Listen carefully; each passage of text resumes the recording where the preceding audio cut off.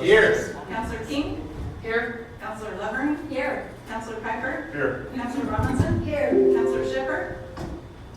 Mike, you're on mute. Here. Mayor Barnhart? Here.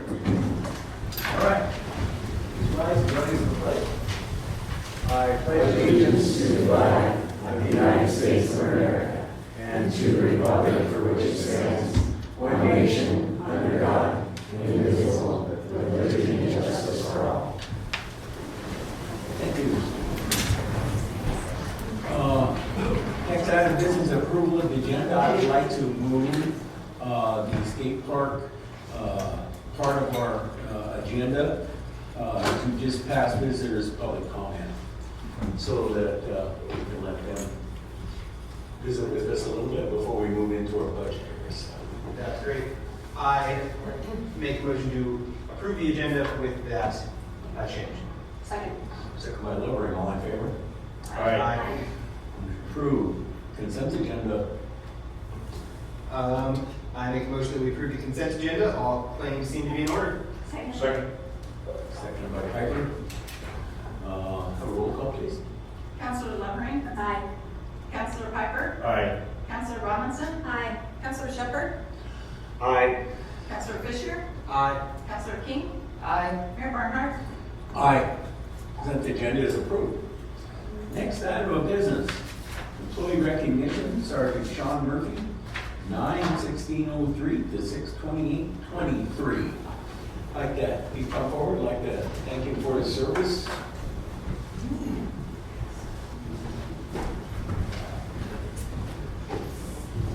Thanks, sir. Thank you.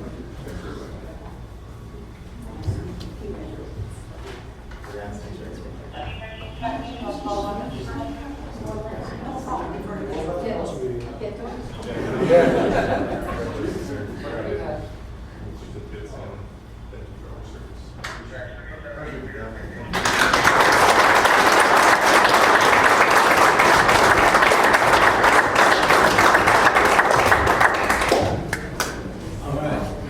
We're losing a valuable member of our police department. We've got some great new recruits, and they'll be missed, but we're humming along. Okay, next is visitors' public comments. Anyone like to address the council on anything that is not on this evening's agenda? Now would be your time to come forward. Anything not on tonight's agenda? Seeing none, we'll move on. And this is where I said we move our old business from the state parks. I would like to just, I guess, give you guys an opportunity to make whatever presentations you would like and have a discussion with the council at this time. Susan, would you want to, as soon as we get done hearing from the folks here, would you like to go over your report? Absolutely. But we'll let these folks speak first. Yeah, please come forward with name and address. I appreciate it. Matt Holloway, 836 10th Street West. And first and foremost, thanks for having us here tonight. It's fun to talk about skateboarding in this manner. And I think I'll start this conversation the same way that I always start, which is to say for the past 18 years since Whitefish Skate Park has been built, every time I leave my home here and I go over there, I feel a bit of guilt because I know there's a bunch of kids here that aren't in my car and don't have those same opportunities. And since then, we've hopefully found a way to change that. We've raised over $400,000 for a skate park. We have enough for a skate park right now in this town. And I would love the thought of giving the kids in this city the same chance to enhance their lives and enhance this community that I've found. Skateboarding, I've done for the past 38 years. It's not only is it fresh air and exercise, not only is it creative, it's constantly changing. It's very fun in that sense. It's all inclusive. There's, no one is it's for everybody, whether you're good or bad, tall or short. Everyone is welcome as long as you've got a good attitude, and it's about having fun. It's about life lessons, certainly. You learn to get up when you fall down. It's about perseverance. It's about hard work. I think there's a trick I could go outside and do right now that I think I tried 600 times, at least when I was a kid before I landed it, and then probably another 600 till I could do it every time. Things like that have stuck with me. But probably more importantly than all that, it's about community, and that's really what I'm hoping to bring to Columbia Falls. I've got close friends that I still skate with from 38 years ago. I make new friends every year through skateboarding. And, those are, as a former teacher over at Whitefish High School and still an educator, I used to have a skate club over there. I still skate with all of those kids from the early 2000s. They're scattered around the nation. We still meet up and get together. A lot of the people I skate with, I skate with an Ivy League kid who was the captain of the soccer team. I skate with kids that don't have homes, basically. I skate with kids, everyone in between. And for a lot of people, this is their family. For a lot of us, fortunately, it's an extended family, but it is a community. And, at this point, I'm here to essentially ask your blessing that we can move forward with this because I've got the money, but I don't want to, hire a land survey and move forward with a lot of this that would cost a lot of money without knowing that we have your full support in this endeavor. So however we can, answer questions for you and make that a possibility, that's what we're here for tonight, and we appreciate your time. So, thank you. Thank you. Please. Good evening, my name is Diane Rice, 423 West 8. I've lived in the Flathead Valley for over 40 years. In the last 20-some years, my husband and I have opened our home to skateboarders from all over the world and locally. You're not going to meet a finer group of people. These kids truly are the elite athletes, every bit as much as the kids that you support in the football, track, basketball, Columbia Falls, or any other school. I have seen a difference that a skate park can make for a community.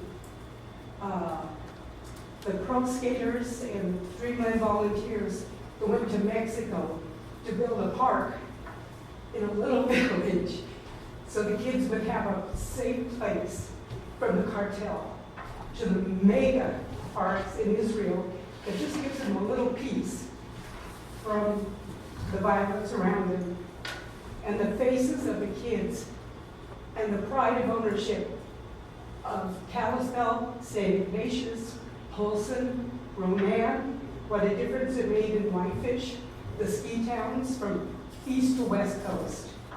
And the little park as a memorial in Troy, Montana, that just turned kids' lives around. These parks get our kids off of TikTok. They get them away from sitting on the couch. It gives them exercise. It gets them outside. It gives them a sense of community. It gives them a sense of family in a lot of cases. It gives them friendships that are lifelong.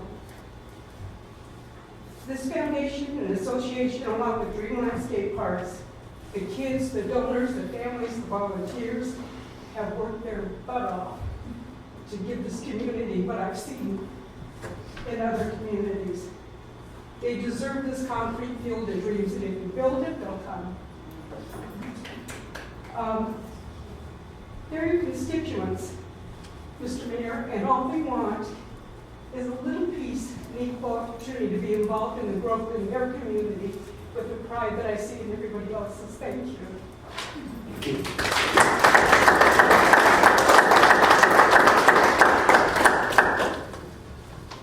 Anyone further?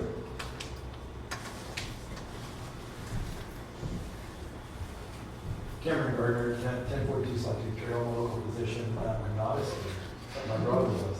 And I can tell you a couple of things. I'll tell you the medical things first. We know that kids who exercise have less mental health issues. We know there is a mental health crisis in this country. We know that many kids, as she already referenced, have opportunities that have been put forth by this county. I'm really proud of all of those things. But I would love to see opportunities that reach beyond sort of school-based opportunities. Because we know not all kids connect in that way.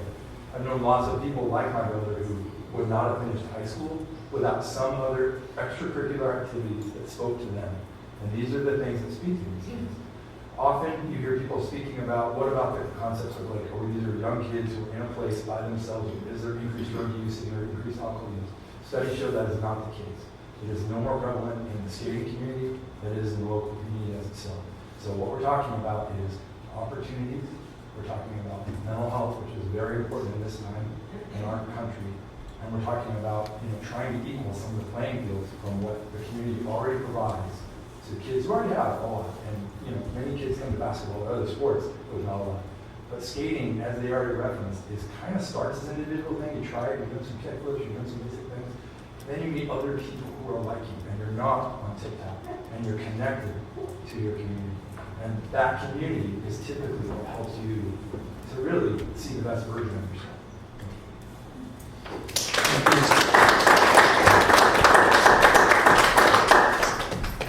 Barrett Evans, 1660 West.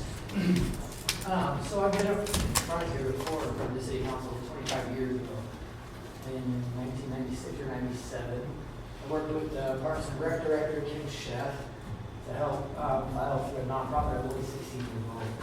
We raised a bunch of money. We had the A1 asphalt. I think they were ready to donate. The city allowed us to spot down mosquito flats there in the hill going down. You see an ice skating there. And we just couldn't raise the money at the time. You didn't have the support in 1997 that you do now. It's an Olympic sport. Back then, it was, it's a fad. It's going to die out. We had the chance then to be the first, second way. Now, let's jump on board. Whitefish has one, Collegeville has one. We got the money. I don't see what holds it back. That's all I have. Thank you.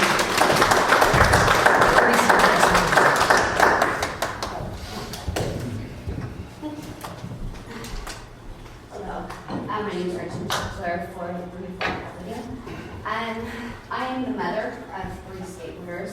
My oldest is a professional skateboarder. And there's so much benevolence in the skateboarding community. And I think that you guys would be shocked if you don't know one to see what they do behind the scenes. You always hear about the negative, but I've lived the positive. My son's been in the industry for 25 years. And it's unbelievable what they do. There's no barrier to entry. The t-shirt that I have on right now has kids on wheelchairs. There's a boy with a prosthetic. It's all inclusive. And it's also the lowest almost barrier to entry because the skateboard's about, all done, said and done, it could be up to $125, $160 depending on the equipment. But compared to all the other sports that children do, or adults do, it's very low, and yet, like so many have said, and I just wanted to reiterate, there's a community that cheers you on, and you fall down, and you get up, and you fall down. It is a life lesson, and it's something that they can draw on to then take into their school, to take into other activities. And I've never seen an individual type sport that has had more community around it. Most individual sports, if you look at swimming, everybody wants to be number one. It's not how skateboarding is, and I'm super proud to be a parent of skateboarders. I do own 2 skateboard parks myself, and I have built 2 on res. So I think it's amazing what they've done, the money that they've raised. I've just come into the community, so I've not been part of it, but I'm really ecstatic to see what they've done, and I hope that you do approve this. Thank you.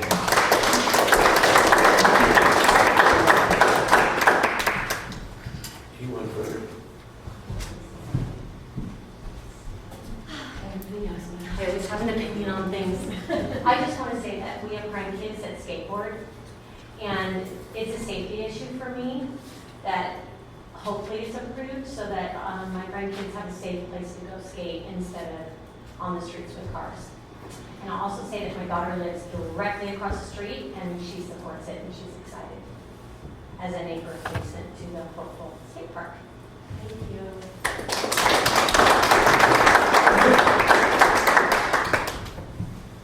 Hello, my name is Leland McNamara. I actually live in Whitefish, 917 Columbia Avenue. I host the Whitefish Skateboard Camp in conjunction with the city of Whitefish. I just want to let you guys know how good of a community thing it is for these kids. You can also use it as a place to host camps and whatnot and have the kids learn in a safe environment. And it doesn't have to be just a direct show up, it's learn on your own. You guys can host camps as well. I I know there's a lot of local community kids and that are helping me in Whitefish, but are great with helping anywhere around, and it's just a really great avenue to help utilize the skate park once it's built, and educating kids, and like I said, they fall down, they get back up. It's a good thing for the community. Thank you. Thank you.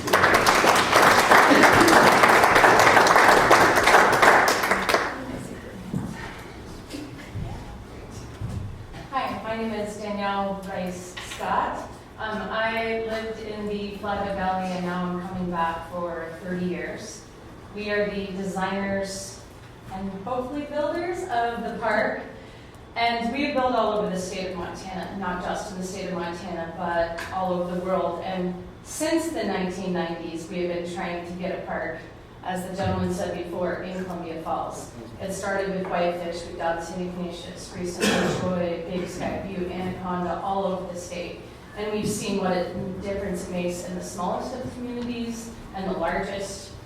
We have all community members coming together to make it a family place. It's a safe place, an organized place. And I think revitalizing and bringing life to that current park project, this location is perfect. It's an underutilized space in the community. And I think that it not only brings life to it, but it brings with the baseball field there and really wonderful supportive neighbors that we spoke to. I think it's nothing but a benefit to the city. We appreciate your support. This is my second time in front of some of you speaking. And we've had a great outreach. We've already done a few things just to see if the public even wants it. I think our Coffee Traders fundraiser was a huge success. And we just really are looking for that next step of approval. Funds are raised. Dreamland will be donating all of our fees to get us through the architectural drawings and concept and community outreach. And then we will be working with the community in park cleanup and just kind of understanding what the long-term use of the park looks like. It's not just building a park and leaving it. It's getting that community involvement, making sure that there's safe, clean space for the next 20 years. And we've done that very successfully in all of our skate parks, Montana specifically, and really specifically in the Flathead Valley and surrounding communities. So I just want to know it's not just a park that's going to be built and left. It will be utilized and it will be taken care of by the community members. Thank you.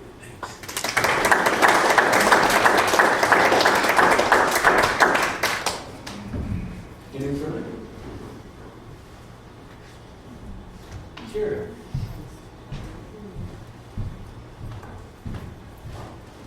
Hello, I'm Scotty from 4250 Columbia Falls Stage, and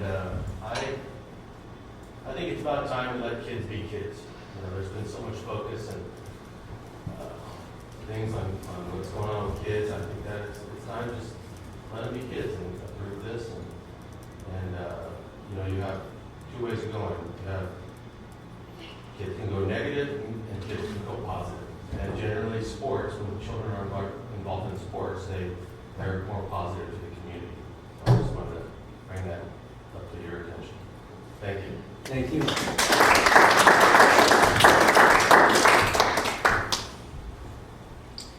that all we have? Yes. All right. At this time, thank you all. At this time, we'll turn this over to the city manager. She's done some investigating into some questions we have. And I'd like to hear her report. Okay, so Mayor and Council, I did just a short recap in the council packet.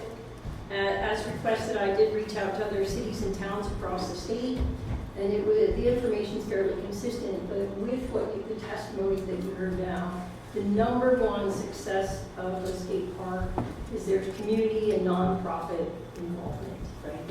They don't just build it and go away, but they always participate. They help with those minor issues, getting it going, and I will say, like, back in the 80s, like our insurance provider said, oh, don't do that, right?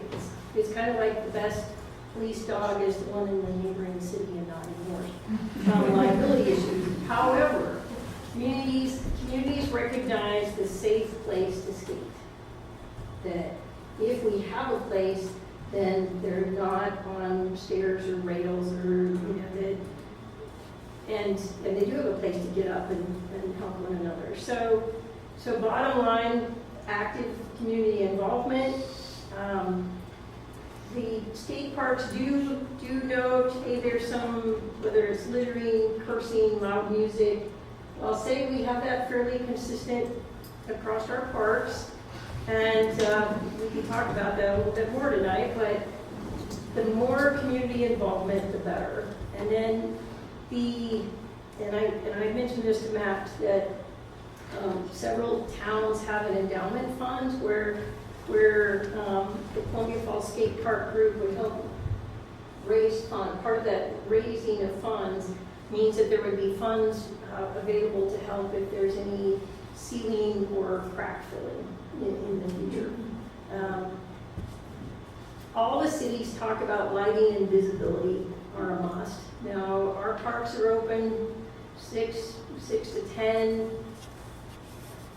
but does that mean that they're skateboarding at 6 in a residential neighborhood? That's kind of like we're posting a sign for pickleball. Courts are open 8 to 10 because nobody wants to hear that little paddle racket. Funk, funk, funk. So kind of similar, like all of our parks are residential neighborhoods. And when the Parks Committee first vetted locations with the skate park, it was like, okay, we have some pretty limited land.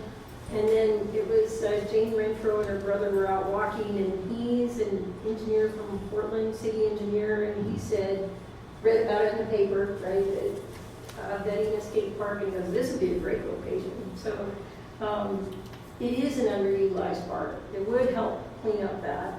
But we have to look at that visibility. Is it visible for the police driving by or the residents?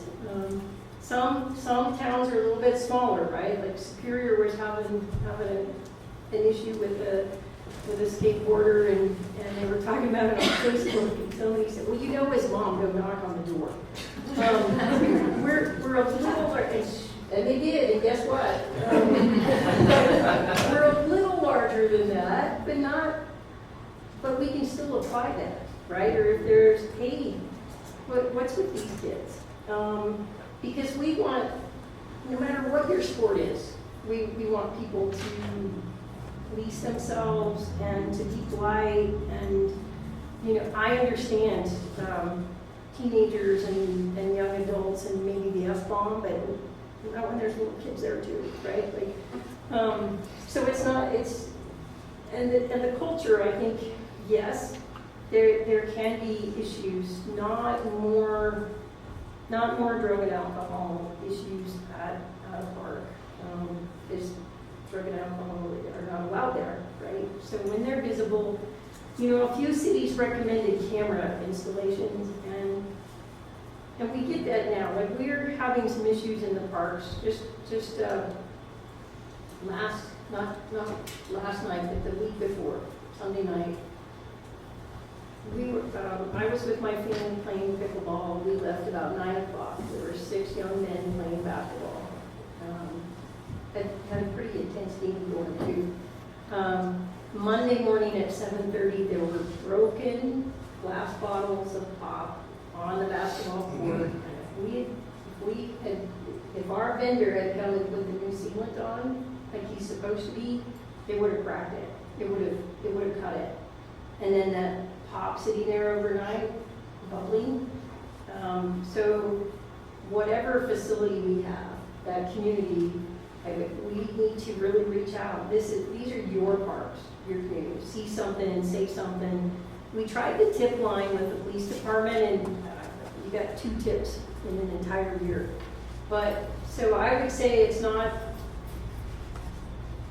unique to a skate park. In fact, we need our community to step up, because do you really put in $100,000 or $200,000 worth of cameras to get kind of a grainy image where we say, just look at these kids, do you recognize anybody?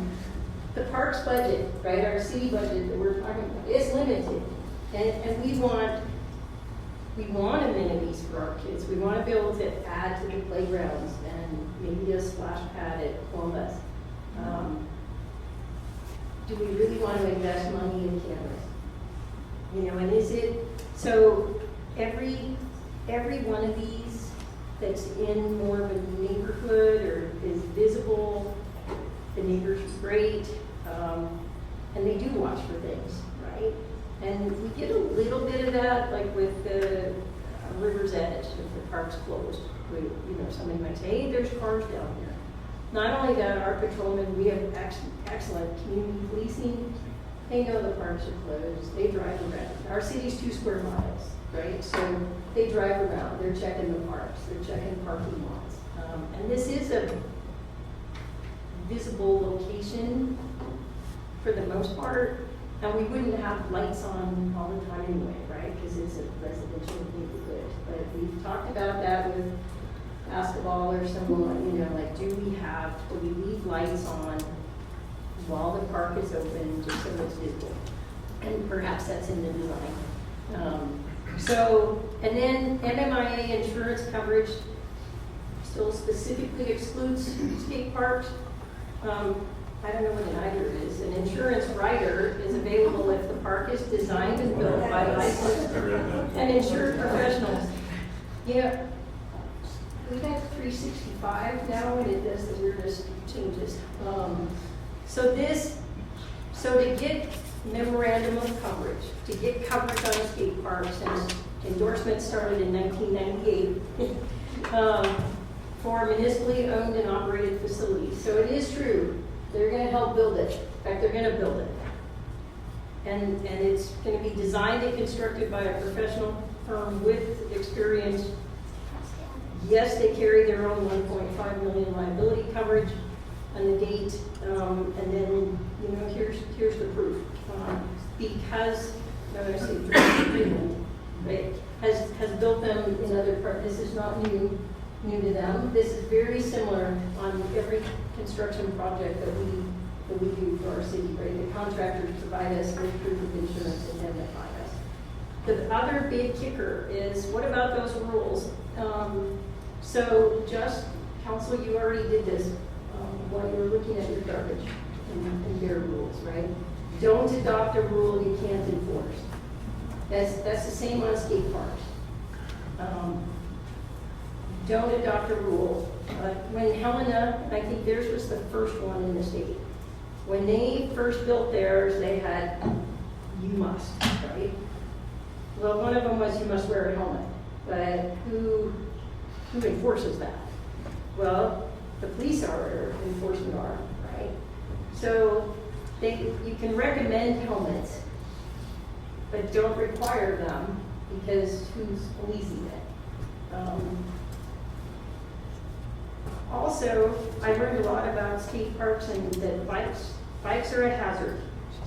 They are ridden differently and take up it's just a whole different thing.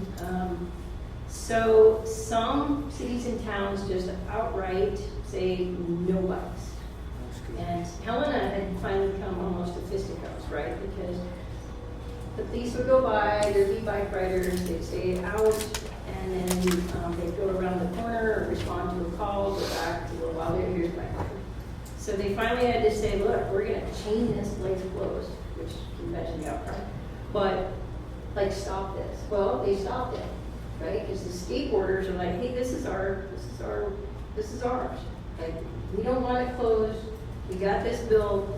Stay off the park. Other cities now have where they have set hours for bikes. And so the two do not mingle. And I don't know, we didn't hear testimony tonight. I don't know if bikes, riding the bikes in there is a big deal. Or if that's even, like I said, I learned a lot about the fact that bikes and skateboards don't necessarily mix.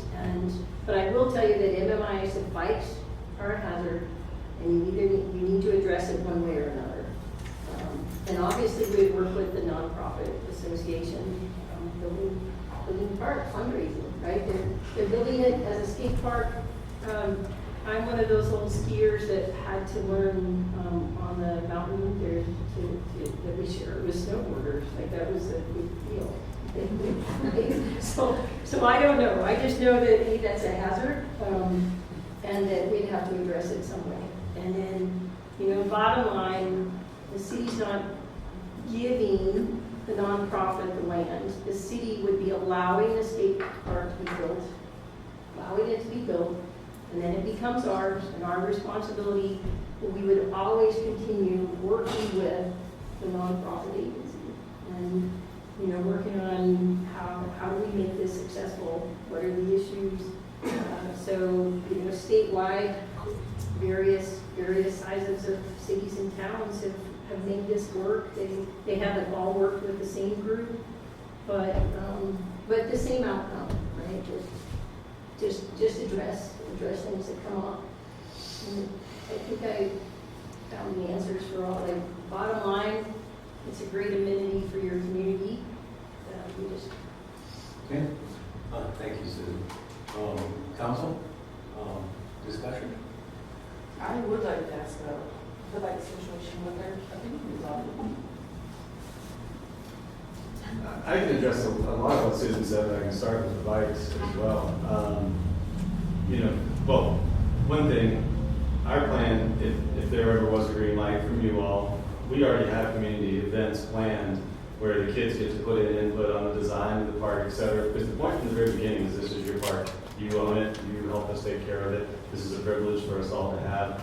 This is the reason Whitefish has zero problems of graffiti, et cetera, over all the years. Us old people have policed it, and we've set the standards, and that's exactly what our intention was to do with this community. And then follow up afterwards and stay on top of it. I don't want Officer Peters over there all the time. That's not my intention. And I'm not going to be there all the time, or any of us. We've got to let the community realize it's theirs to take care of. Regarding the bikes, I want it to be all-inclusive for all the kids in this community, whether they ride a bike or they ride a skateboard. I don't want it to be, I wish it was just a skateboard park personally because I like skateboarding, but that's kind of selfish. And if a kid wants to show up on a bike and that's her thing to do, who am I to say that that's not the thing to do? The nonprofit, we would like to discuss that more with everyone if we get the chance to move forward. And a lot of these things that Susan has brought up, I think they are discussion points that we would need to keep in conversation. But for me to say I wish it was skateboards is the wrong thing to say. I think it needs to be for all the kids in this community, regardless of what they want to do. If that means I need to share my skate park or our skate park in a different way, I'm willing to do that. And I think that's our consensus at this point in time. We hear from Danielle, who's the designer, who's probably have more thoughts on that. Yeah, and I kind of wanted to circle back around to the references of Helena. We built Helena, we built Big Sky, Whitefish. All of those parks did not allow bikes. And to be quite honest, bikes weren't allowed because we were skate park design. And all the community members back then that helped raise the funds that were on the committees were skateboarders only.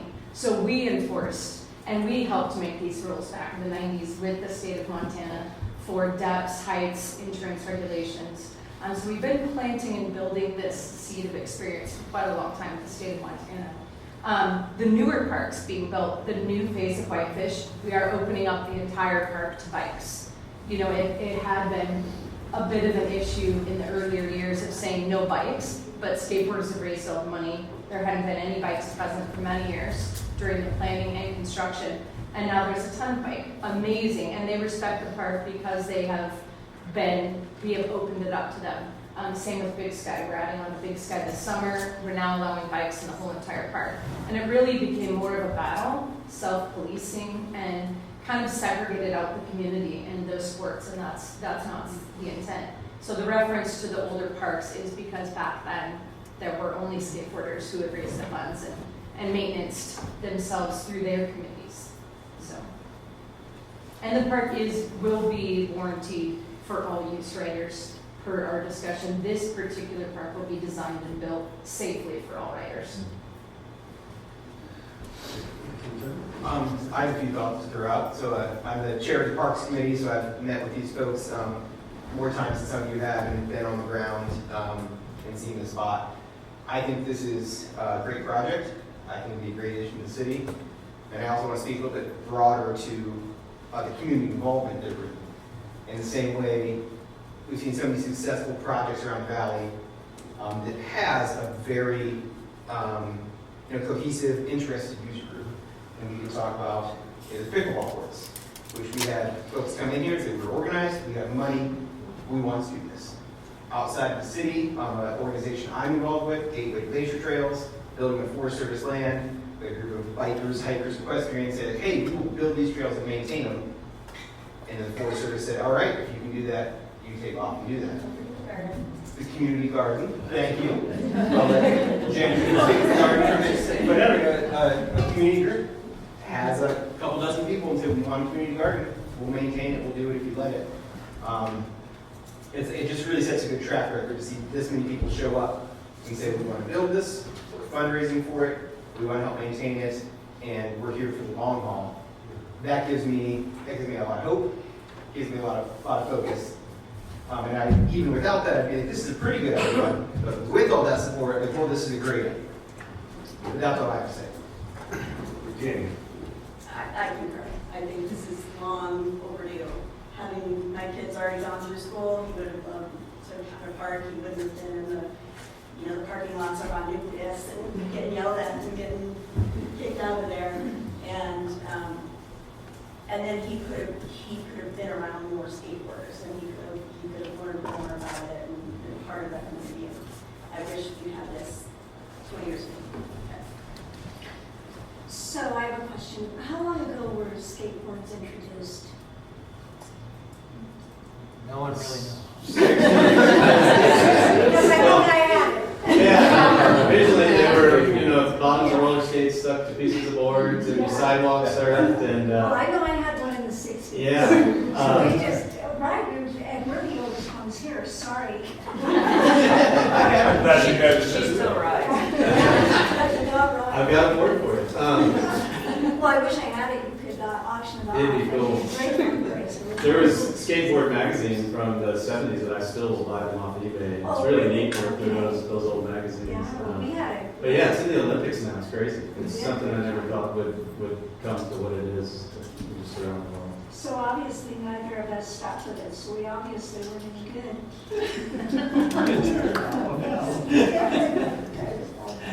I'm behind it 100%. I think it's wonderful. It'd be a great addition to the city. I love the community involvement. Your enthusiasm is infectious, so thank you. I'll agree, the enthusiasm is infectious. I'm not going to be on a skateboard. I'm just saying. Nobody wants to see that. Yeah, nobody wants to see that. But the community cohesiveness, I keep hearing this term, and I'm very in love with this term, that community cohesiveness. And I've seen so many times when a project is started, and it just becomes even bigger than what you thought, with what happens with kids going out and doing things and stuff. So I am more than 100% in support of this because of everything we've said, everything you guys have said. I think it's amazing that you guys have come together like this and raised this money. I think it's amazing. And I kind of want a t-shirt. I can't do white. I'm too much of a slob for white. I'm not going to solicit you for a t-shirt. There used to be an ice skating park there. I didn't participate in that much either because I couldn't. I now I can skateboard, but I have seen no reason to deny anybody the right to do so, and I think it's a great addition to the city. Hey, and I thank Susan for getting that information. Those are the questions we asked, and brought forth good answers for us, answered any concerns I have on it. My concerns were valid, and now they've been taken care of. So I'm more than 100% for this too. I mean, I've got grandkids that love to skate. And a son-in-law. So no, I don't mean to interrupt you. Let's make sure we ask Mr. Shepherd on Zoom. If he has any thoughts, we always forget about the Zoomers. That's what I've done.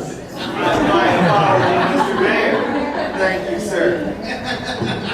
So my point is this, and we'll let Mr. Shepherd speak too, but I'm not sure exactly what you guys want at this point, besides 100%, 110% of backing of this group and the city to ensure that you move forward.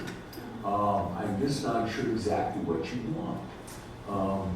I don't know that we need to take, a vote of confidence, a letter of support. I'm not sure what it would take for you to move forward from this body. So Any thoughts on that? Some piece of paper that did in fact say we had your support, in the sense that there are a lot of grants that one of our board members has identified that we could then apply to, but that we wouldn't qualify without a piece of land. There's things like that that a piece of paper would in fact help us be able to continue to raise money and push it forward. And I don't know, Daniel, if there's anything from your end. Yeah, I think we established already a really good core conversation in understanding the perimeters of the park. We've already preliminary hired a surveyor to look at the land, but we were just really wanting to make sure that we had your acceptance. We met on the site with a few of the people from the city, and I think we were ready to take that next step. We just needed to make sure we had your blessing, approval of the space, and then we're ready to start reaching out and organizing this summer the community public outreach, understanding really what our broad scope is. You know, we've got some really good public outreach program stuff that we wanted to do with the kids of clearing some of the land. We already spoke at our kind of preliminary site meeting about let's clean up this space. So as we go into it with these public meetings, that we're going with a fresh palette. You know, right now it's very overgrown, and that's kind of part of our volunteer process and kicking off the public outreach in a positive way. Yeah, we had Chris Stanley and Darren were down there. We're having those conversations at that point in time. I just didn't want to move forward paying people or really energizing the community without knowing we had get any full support, because that wouldn't be the right thing to do. Well, I certainly don't see it as being an issue for us. If you were to let city staff know the exact things, how you would like that put in the form of a letter, and then we can either all sign it or you guys can give me approval to sign for the council, we would certainly do that for you.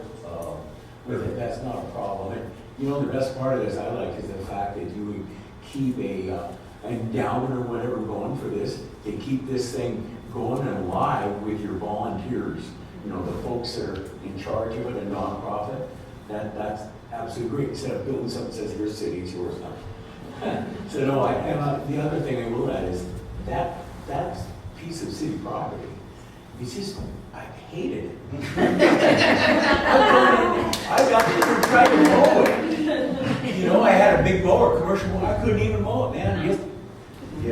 It's a wonderful addition, and maybe we could get another set of permanent restrooms and stuff, and then we could even enhance our parks more than we're already working on, you know, and kind of how much money we have, but this is a great step forward. So, that being said, I'm gonna let Mr. Shepherd speak. Mike, have you got anything to add?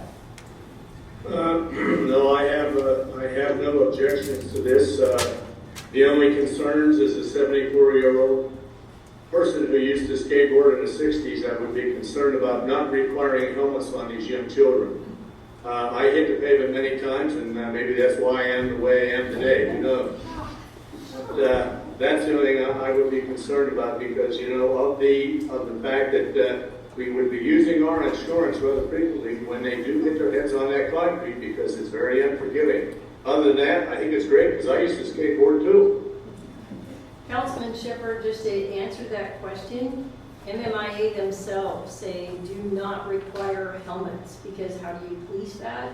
Because it's a bigger risk if on your board you say you must wear a helmet, and then we become aware that you're not wearing a helmet and there's an incident, then we've assumed some risk. But the Montana recreation law is very clear. Probably there on the sign would be you are using this at your own risk. We would recommend helmets, but we aren't going to adopt a rule that can't be enforced. And I think we did wear helmets for a lot of things, riding bikes, rode in the back of the pickup, yeah. We even had Ferris wheels. So, but I would say too, I mean, we all had those wooden boards that didn't have a lot of give. We used to, in my neighborhood, we'd shovel off the sidewalk so we could ride those boards up and down. Not a lot of tricks. Mike, do you have anything further? No, Don, that was my only concern. Okay. Thank you. So I guess at this time, we could get a vote of the council to have a letter put together that we discussed. Would you folks like to review that before I sign for you? Or would you just allow me to sign? I am comfortable with you and the city manager. And the manager? The language. I don't trust you to sign. Okay, can I have a motion to put the letter together, please? I moved to direct the city manager to write a letter of support for the Columbia Falls skate park. Second. Motion's been made, seconded by Fisher. All in favor, signify by saying aye. Aye. Aye. Approved. Thank you, everybody. Thank you for coming.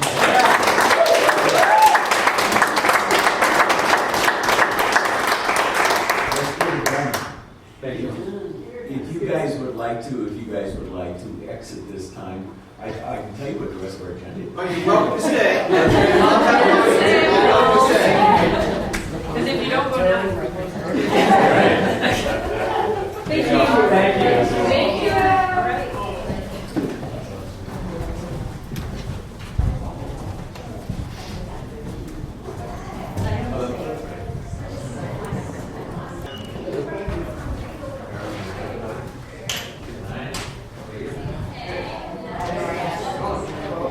Just you again, Chris.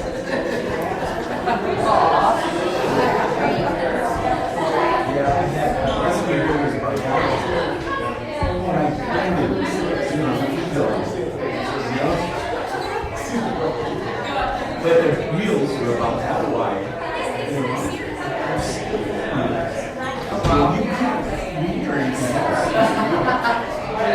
It was hard to ride. They didn't move it. They didn't turn. You went straight. One of those orange plastic ones with plastic wheels.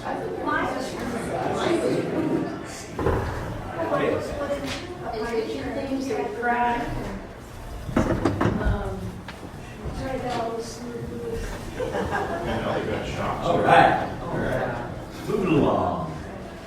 Not these straightforward, right? Okay, Susan's gonna give us a preliminary budget hearing concerning what? well, this Your levy evening, we're going to calculation. talk Remember, about it is July 3rd. July A 3rd. lot of people are.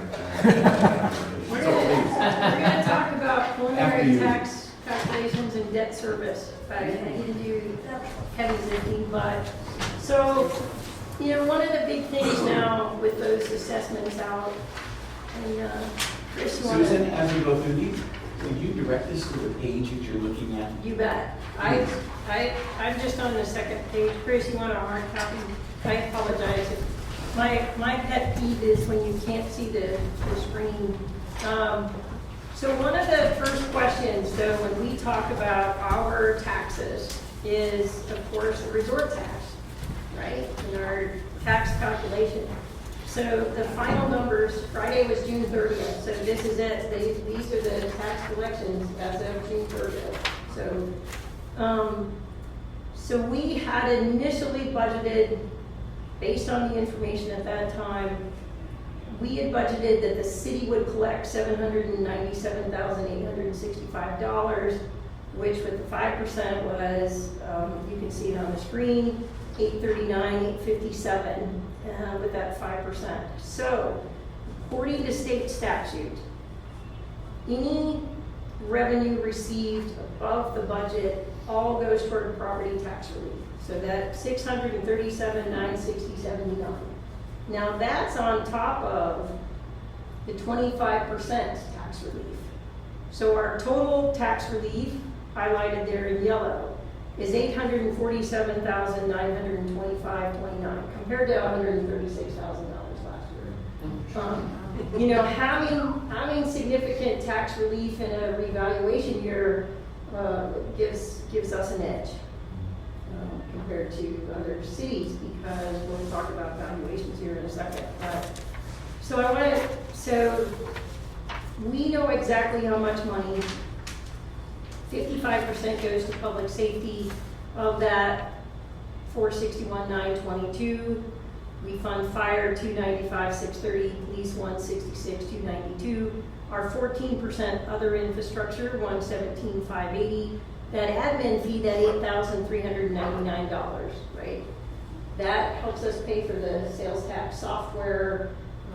Obviously, we haven't added any staff, right, with $8,000. We did ask Black Mountain Software to make a change to the program. We asked for a programming change that would allow bills to be emailed instead of, or reminders, and forms to be emailed instead of just snail mail, right?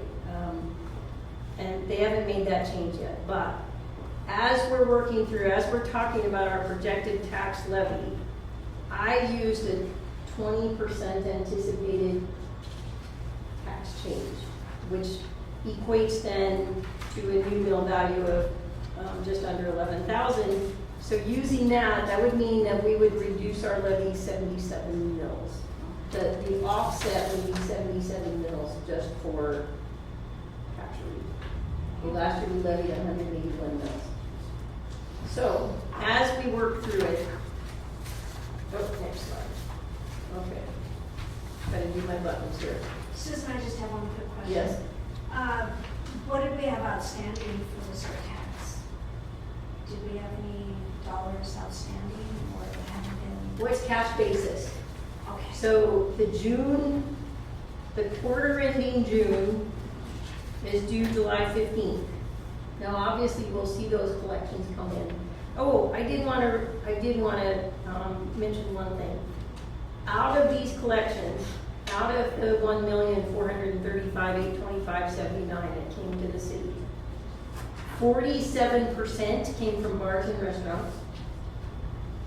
41% is retail. And that retail number was the shocker, because when we first started anticipating this, we didn't have retail. Not much retail. So those new shops opening up, and because as you know, the auto parts and supply, Western Building is, they have very little tax stuff, but all of those new shops. Does that include like the tattoo shops and Yes. retail? Retail would include that. And then lodging is 12%. So we've had new bars and restaurants open, and those that are open have additional sales. The numbers are up. So, but I just wanted to let you know this is where it came from. But these are the numbers. This is hard coded. This is hard coded to the penny as of June 30. All right, next slide.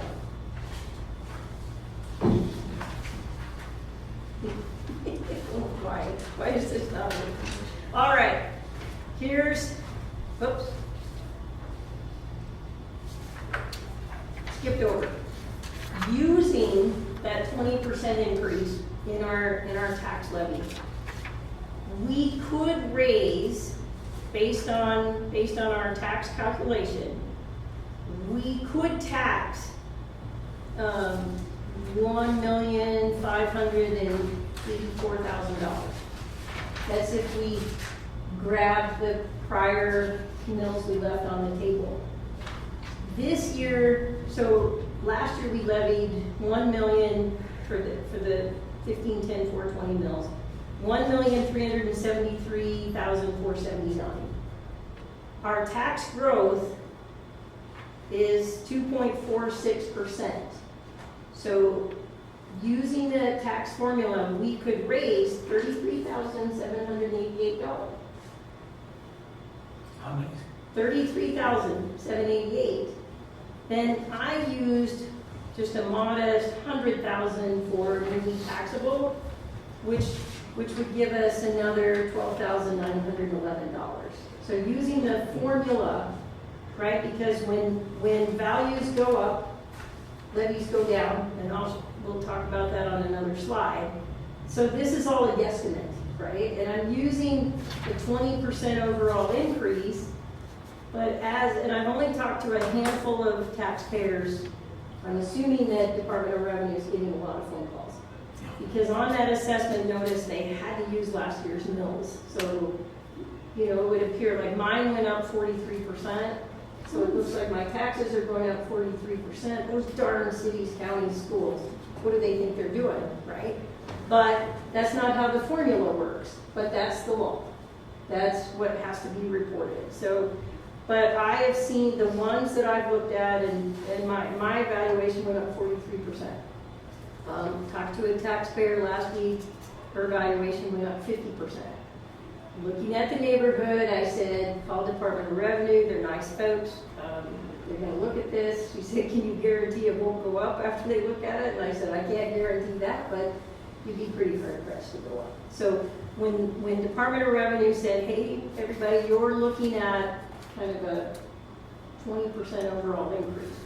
Well, if we're seeing 40 to 50% increase in our Class A property, right, that's taxed at 1.35%, if we're seeing that big increase there, and as you guys know, because it's in your budget book, 85% of our tax base comes from Class 4 property. That's our residential and our small business.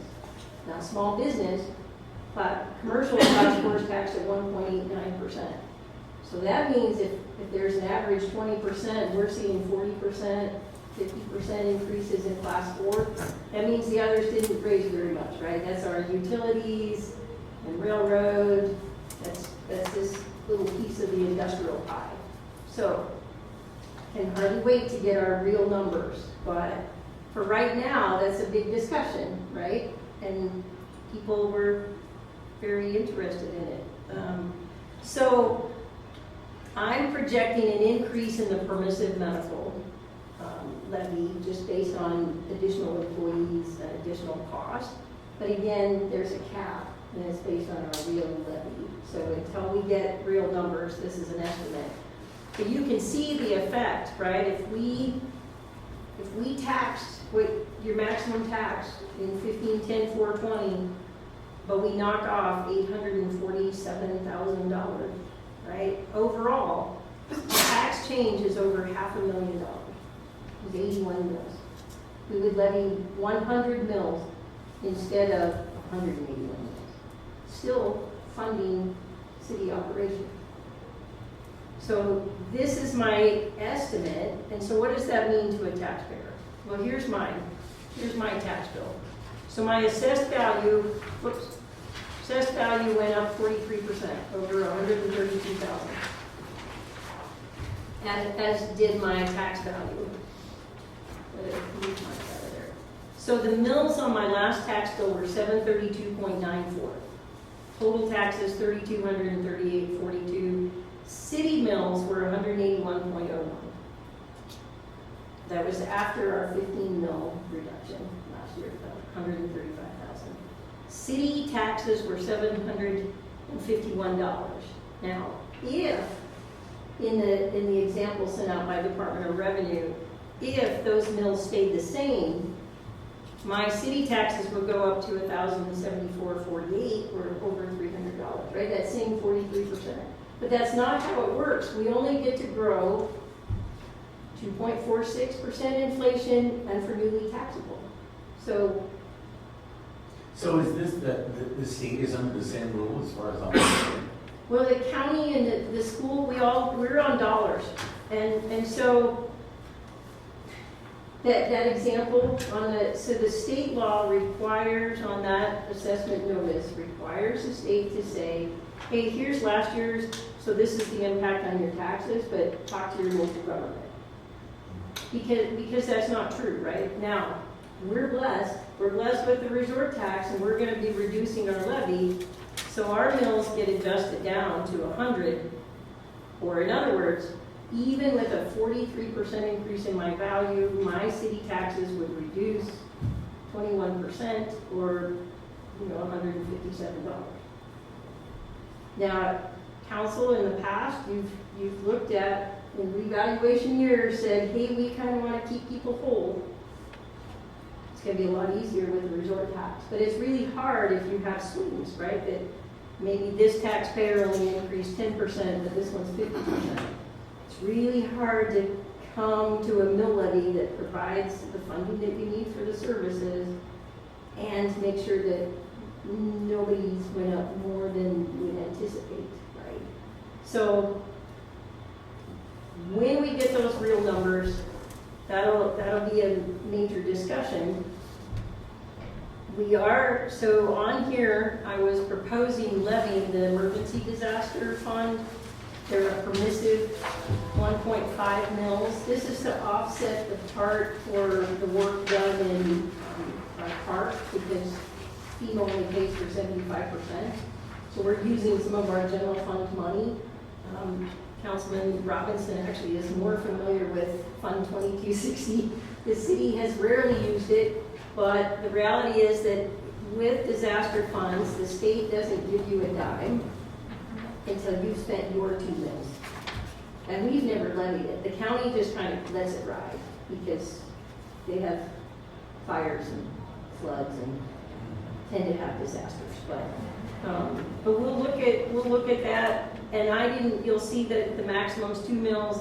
I'm just looking at $1.5 million because that's about what our shortfall is in the cost for that project. But so as we move forward, the actual impact to the taxpayer will depend on exactly where we land when we get our assessed value. So what we do know, and here's your example, what we do know is that when valuations go up, our allowed levy goes down. So using my 20% adjustment in our tax value, it's actually 22.64%. So you can see on that bottom line that our previous year's authorized levy was 168.3, but we only levied 153.13. The current year drops 24 mils, right? Because values go up, mills go down. So even without the resort tax, our levy would have dropped 24 mils. And in theory, that would help even that out, right? Your assessed value went up. So we don't gain, we don't get that 43% more dollars. We only get newly taxable and the rate of inflation and potentially mills that you left on the table. But you would now be leaving, because you're not going to pick up mills on the table. Your current year 15, 10, 420 mill levy would only be 67 mills in my mathematical calculation. You're leaving 77 mills on the table because you're actually, so you're using a little bit, right, for that newly taxable growth, but it's offset by the resort tax. And you do see I showed growth in the medical levy, but that'll be actually calculated mathematically. So bottom line, value goes up, mills go down. When we get the assessed valuation sometime in August, we'll be able to do this for real. But in the meantime, I told you we're going to talk about this at every meeting in terms of our taxpayers but I have not gotten a lot of phone calls. I think with the press and some of the information kicked out, taxpayers are aware that that's just an estimate and it's not accurate, right? I mean, they do panic, but as soon as we talk about dollars and cents and that values go up, and you can see that history, right? Anytime there was a valuation year in 20, value went up, and then 22, valuation went up, and this year valuation went up, mills go down, and that's how it works. So that's my projection, and as we move closer to having certified values, then you'll get real numbers. But the real number that you can count on is here's your tax relief from the resort tax, and that. So the number of mills will all depend on the actual value, but we'll be moving it forward. And then, so I was going to jump into debt service budgets, but if there's a question on the mill levy, I can entertain that first. No, I don't think so. Okay. All right. right, well, debt service, and why we're talking about debt service is because it ends up in all of our budgets, right? It's fire truck in the general fund. So there's 3 types of debt for the city: general obligation, SID, and revenue bonds. And each one of them affects us a little bit differently. So this fiscal year that just ended on Friday, we paid off the street loan. The voted levy from 09, 11, somewhere in there, we had the $1.1 million street levy, voted levy, and we actually paid that off 5 years early. We borrowed from ourselves primarily, and a little bit from Intercap, but we borrowed from the Cedar Creek Trust. And that's the same with this fire truck. So the fire truck is our only outstanding general obligation debt. And this principal and interest pays it that's budgeted for this 24 fiscal year. We're paying it off 5 years early. So what we did, we had one fire truck. So we share the cost. This is the aerial. We share the cost with the fire truck. A couple of years ago, our share was $115,000. We borrowed that money from Intercap. You guys just made that last payment. We paid off Intercap. So moving forward in this budget, we're using the same budget authority, essentially about $15,000, and we're just going to pay this off.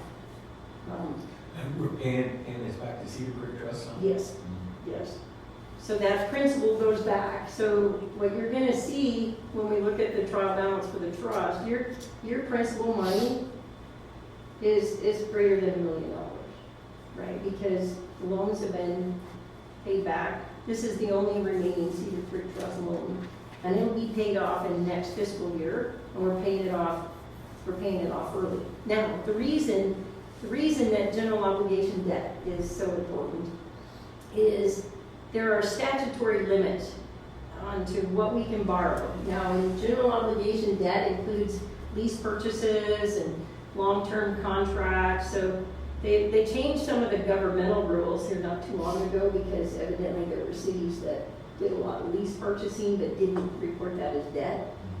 And then you have these big payments, that nationwide, not just here in Montana. So the thing with the statutory debt limit, now counties are real easy.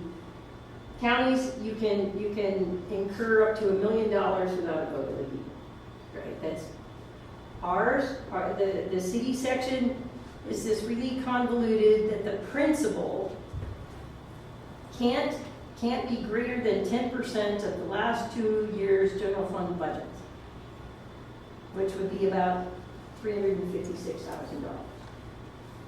And the debt service, right, the payment, that principal back, the debt service cannot exceed 2% of the general fund revenues for the previous years, which would be $68,000.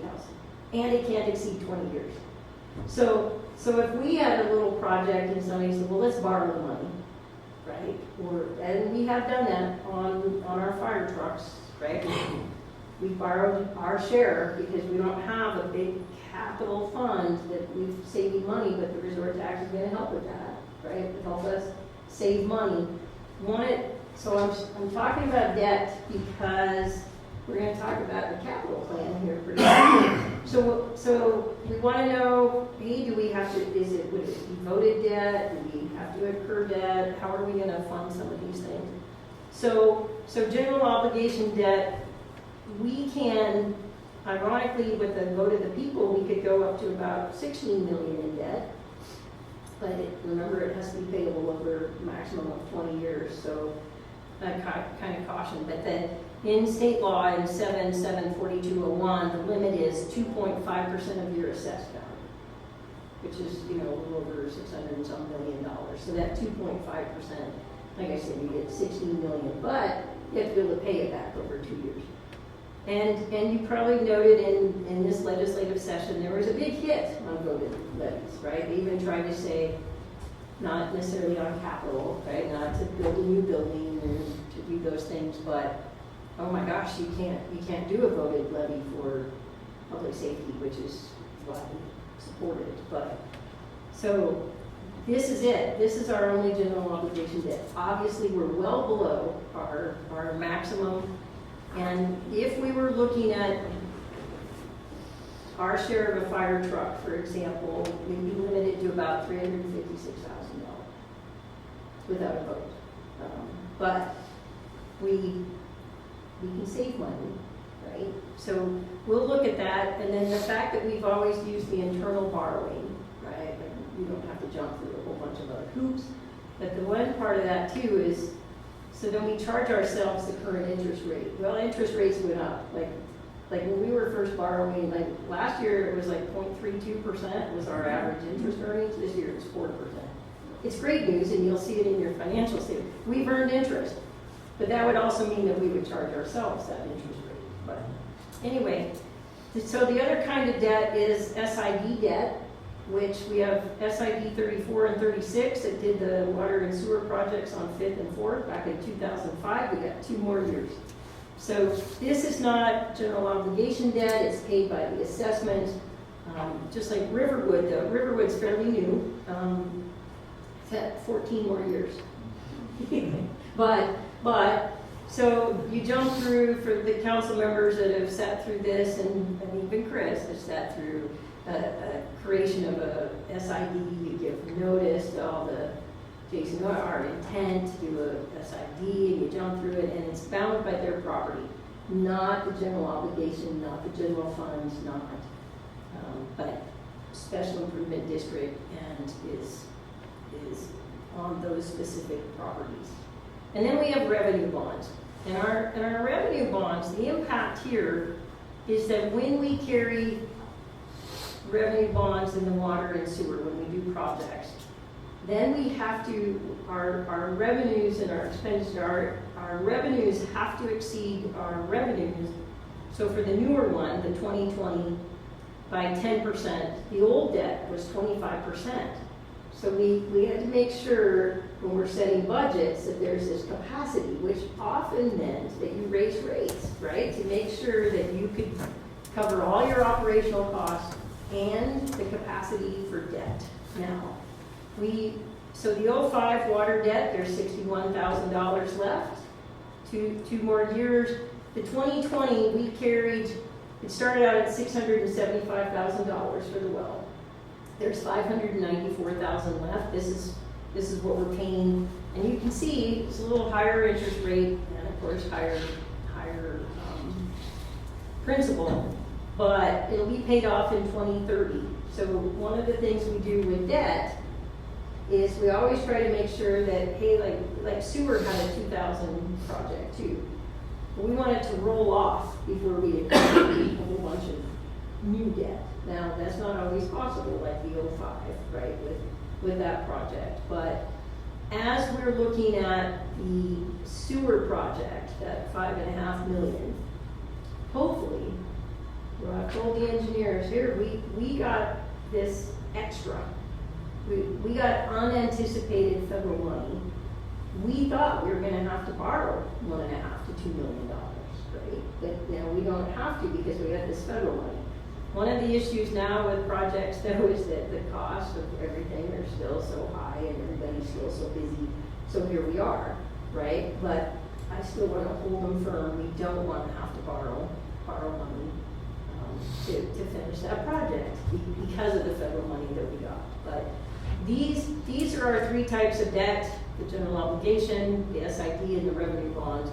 So revenue bonds, of course, are only paid out of those utilities and require us to have the excess revenues and to set aside the payments and maintain a replacement and depreciation fund.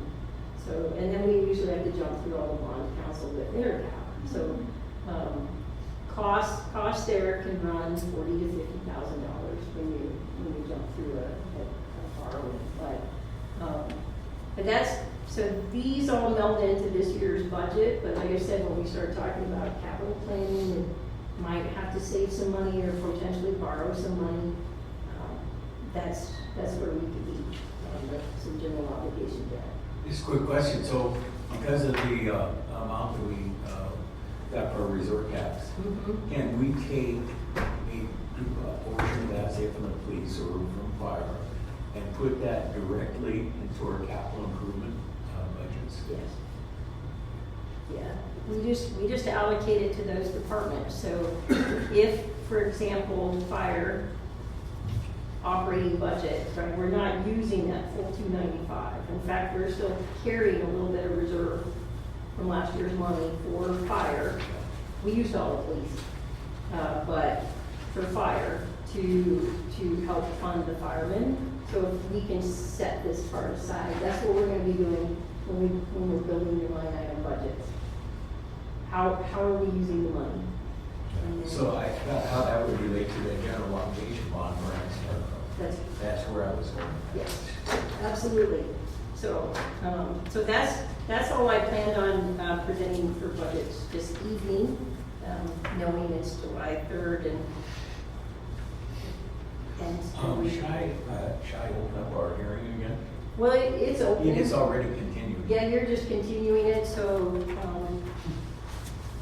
So we have no one here to speak against it, so we'll just continue. Okay, thank you, Susan, that was clear and concise.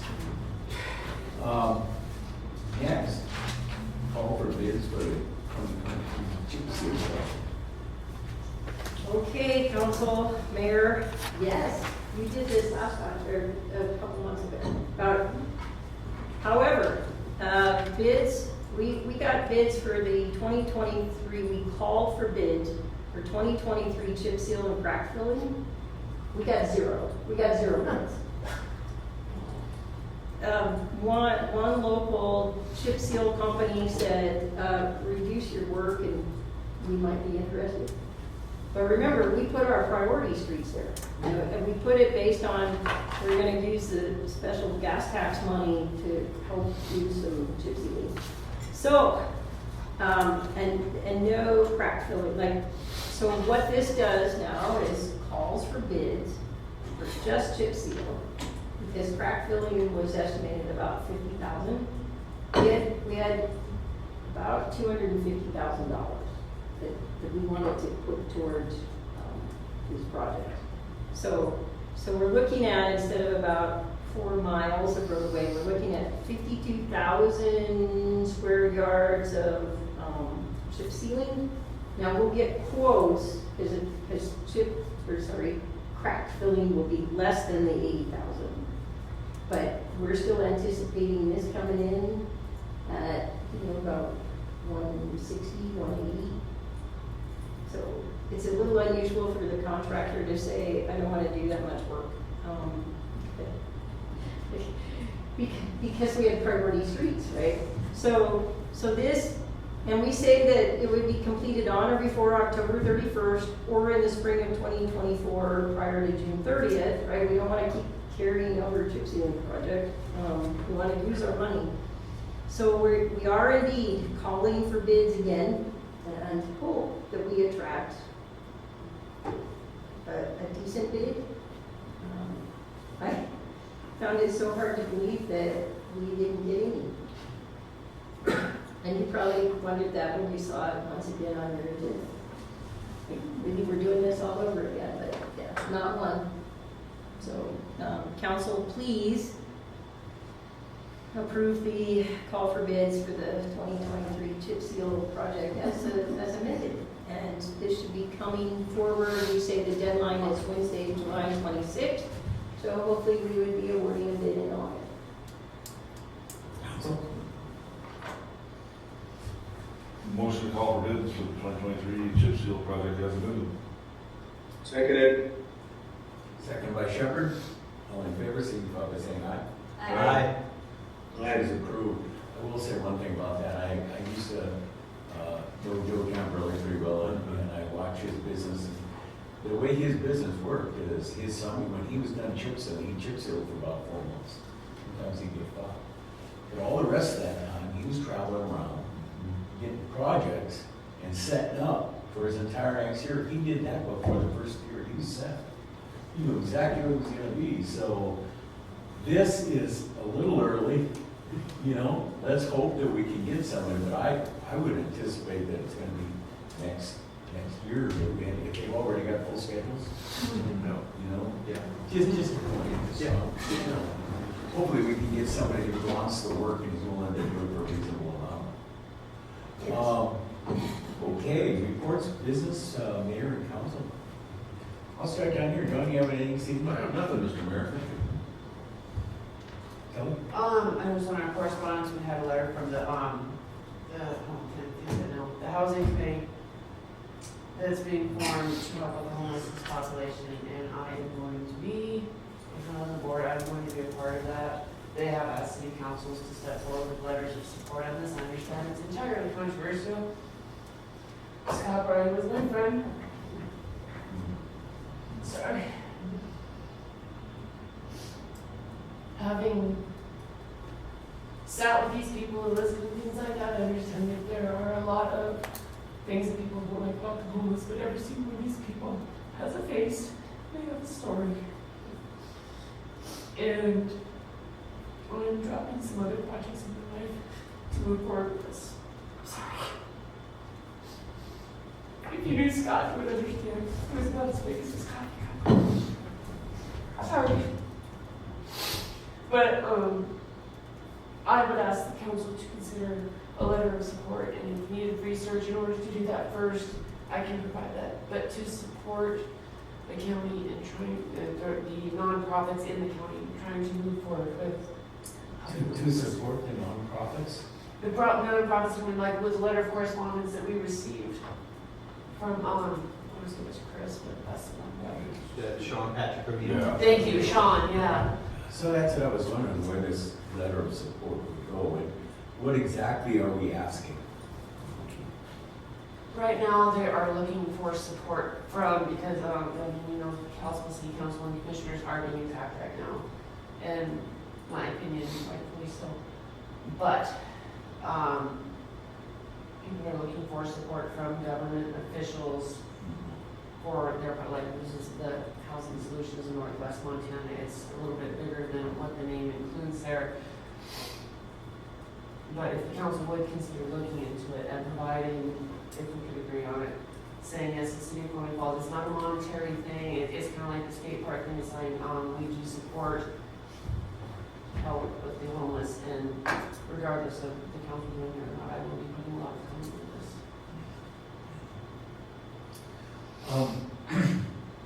Anybody want to chime in? Are those projects that are already in place that just need support? Like on the collaborative housing solutions, this letter here, all that stuff is up and running. It's just that it's basically getting more support for it. The community isn't aware of what is out there, what actually happens when these people become homeless, and the fact that they don't just end up, it always reminds me of the Lucille Ball movie in the 70s where she's pushing the cart. That isn't what our homeless is. They're not out there.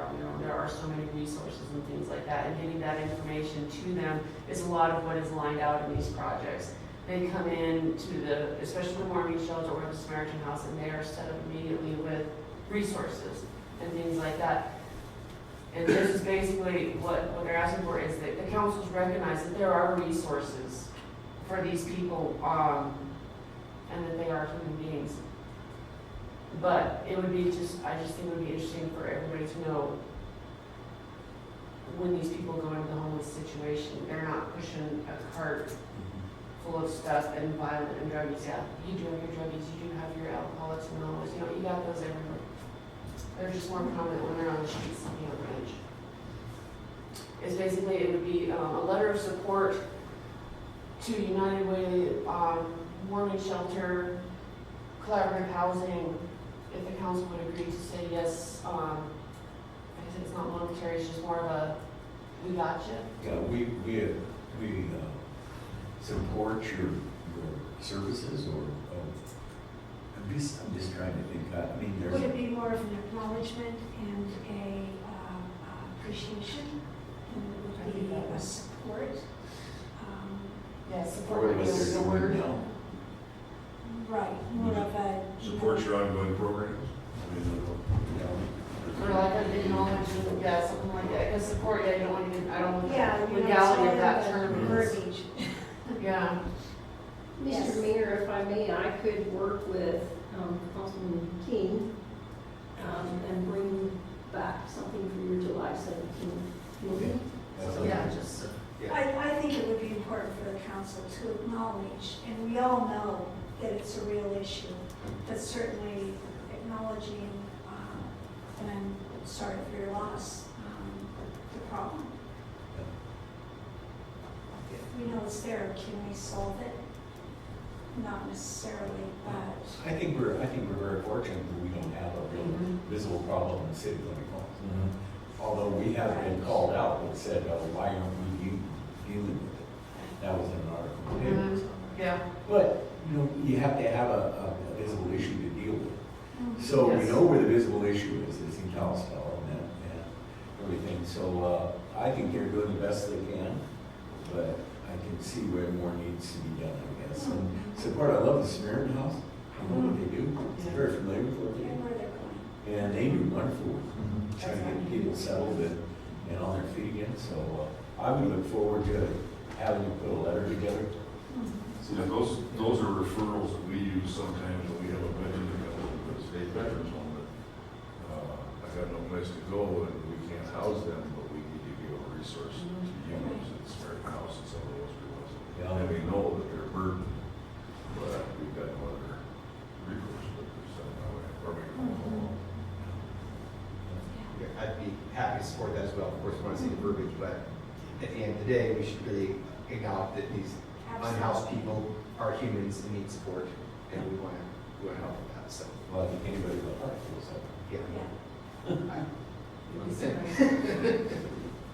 It's hard when you got an empty room and an empty bed, and I'm saying, we got a phone call for you, because one thing or another is, but no, it'll work out. Oh. Did I ask Other you? than what? Did I already ask you if you had anything? No, because I usually don't, but on the corner of 4th, on the north end, the grass is getting really high there. I hate that corner anyhow, especially when you're. So, I know it's not our responsibility to cut it, but it certainly should be trimmed back. It's kind of a blind corner. Yeah, it's a right-of-way issue, Okay. no doubt. Boy, there are some terrible ones in town. Oh, boy. Yeah. Triangle, I was gonna bring that up. Oh. Glacier Medical and all that out there is just. I know. He's in big time. Big time. Mentioning that, I will say one thing, and that is the fire department got up early enough on the city property on the Pitts Park and burned it this year. In the last couple of years, it's just been hard to get it coordinated before it turned green. Sure. With our paid people and some help from the volunteers, obviously they got it done. And what a difference it makes when you can burn all that nasty weeds off of there. Paul, anything else besides that corner? Just that corner. You should be If proud of me that I had something. Can I piggyback just for a second, because the alleys also, and I looked down those alleys, last night there were a couple of kids that drove by and I heard firecracker, I think, or another firecracker, or a satellite firecracker.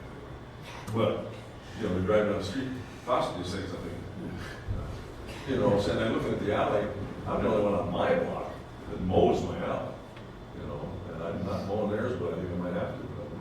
But anyway, alleys are bad too.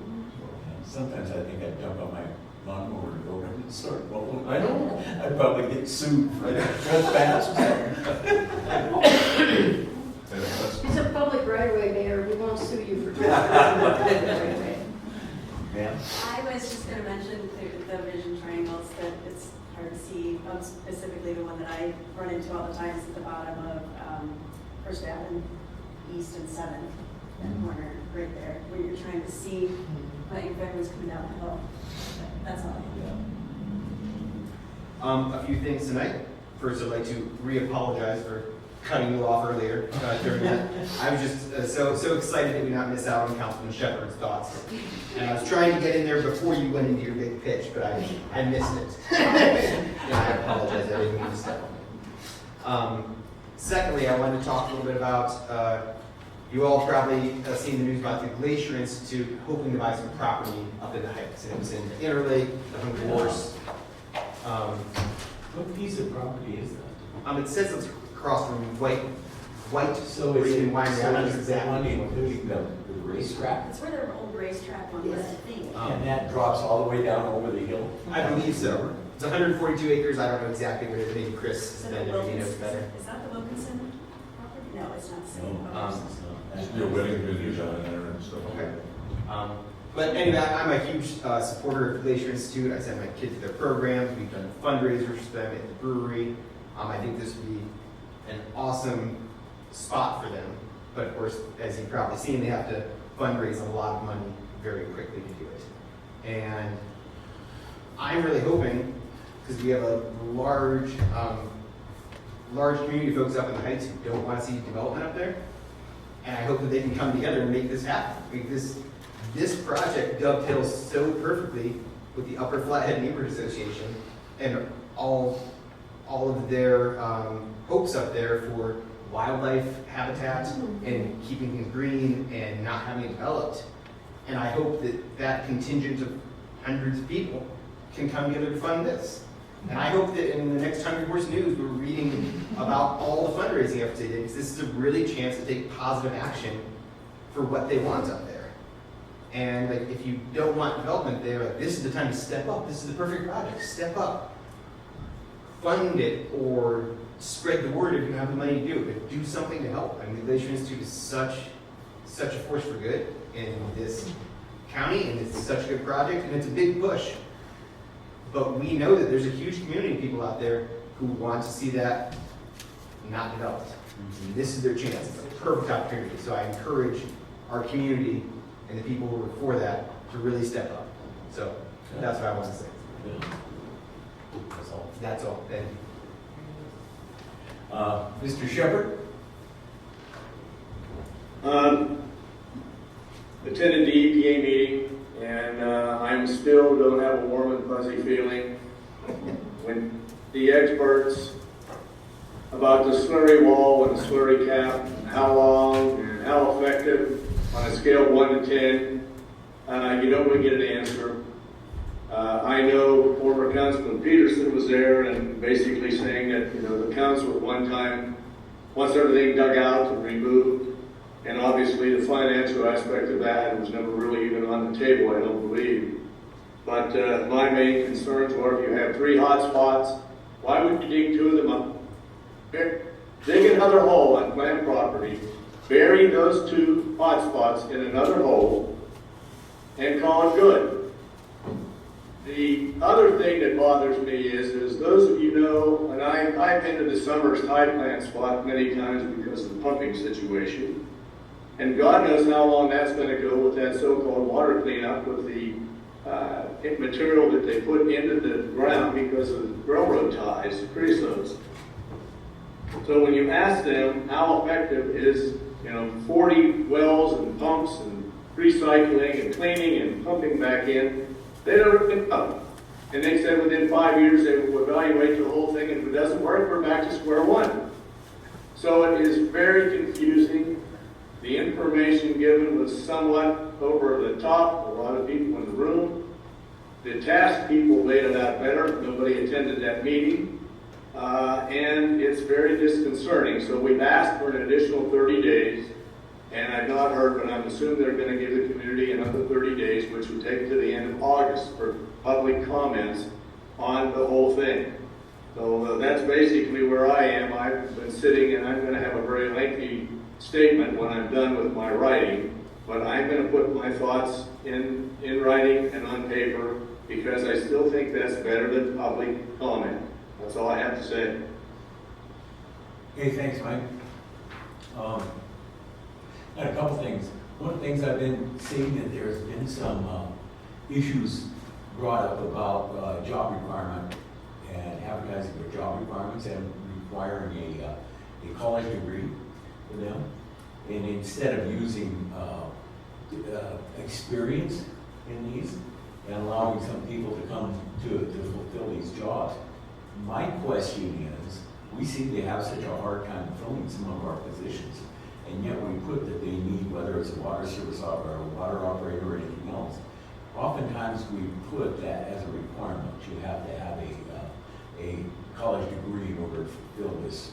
I would like to see you look at this a little bit more and work towards more experience-based stuff, and you'll see that there's a lot more out there, a lot more people talking about that. I didn't graduate from college, and yet I did pretty good in business. I mean, and I know how to do math, and I've used all the good things, and I'm up here, you know.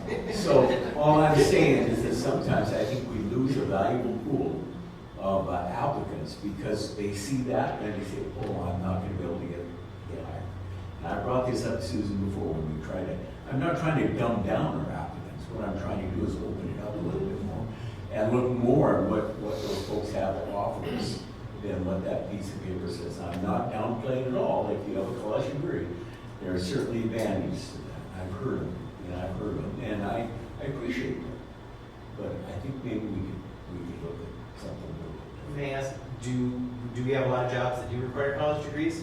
We I guess do. I hadn't seen that, but I No, knew we that. look at experience and or education, a combination that would provide the minimum skills for that job or the necessary skills. But Over when the we work years, down- why is it sticking in my mind then that we've said that? Well, Because we it, use- or equivalent, or whatever, and all these things. I mean, We it's use not a something I just combination made of up. experience and education. I mean, there are jobs that you have to have that education, but education itself doesn't necessarily, education without experience won't necessarily get you a job either. Well, it obviously up until this point it has. There are people, I think there are people that have gone unhired because they didn't have that, and I think oftentimes experience outweighs that. That's just my own personal opinion, and We'll have to talk, because I don't know what position, and it's certainly not for operators. how about sewer operators, sewer plant operators? It's just experience. We use, every job description is written for a combination of experience and education. How about police officers? How about for an assistant police chief or anything else? Or Well, guys? an assistant police chief would need that education, because now you've gone through those levels. Beginning patrolmen, we'd like to see them have the education, but we look at, I mean, it's written, experience and or education. I'll be watching closely anytime we advertise for a position. To be clear, I agree with you. I just didn't know what positions it would Yeah, I'll be watching closely because I know in the past I've seen it. Okay. And I believe it's actually stopped a lot of people from wanting to come to work. And not only in this city, but everywhere. I think nationwide, you have a whole lot of people that are not applying for a lot of jobs. You see all the unfilled vacancies. And I've heard this on a national level. Not so much here. but on a national I think level, maybe they're the jury will- reevaluating what they can do, what their requirements are for the jobs. I just wanted to put that out there. The other thing is cameras at the parks. I had an interesting conversation with our parks boss, on the ground boss, the guy that's out there in charge of the parks, actually on the lawn. And he's telling me about the horrible things that are going on there, and how they're constantly having to fix things and pick things up and on and on and on, and it's gotten worse. And oftentimes this group is talking about, do we want cameras in these parks? Do we want a camera down at a crack park to stop some? Do we want them over, now we've got all these wonderful amenities over at Columbus Park. I think it's time that we need to start looking at this. The other one that he pointed out was over at Hawaiian Park. We've got people tagging our new buildings over there, and remember how we couldn't keep a restroom standing up over there, or they were blowing them up or burning them. I would like to look, I don't know where you're at in this budget, Susan, I think you might have talked about it earlier, but I think if we worked a little bit better, if we could get some sort of camera set up in these parks, I don't know what the cost would be, but I think it would save us money in the long run. I mean, for a good camera system, you're spending $200,000. I don't think we need a good camera system. I think we need something with 100 hours of tape on it or whatever. And if we see a problem, we can download it or take it out and do that. We don't need one that remotely sends a signal or nothing. I just think we need We are using game cams in in these some parks areas. to cover these areas. Yeah, we've installed cameras where we've had problems. So, and are we catching anybody on them? You have to download it and review it. Well, I'm so- saying, are we catching anybody on them?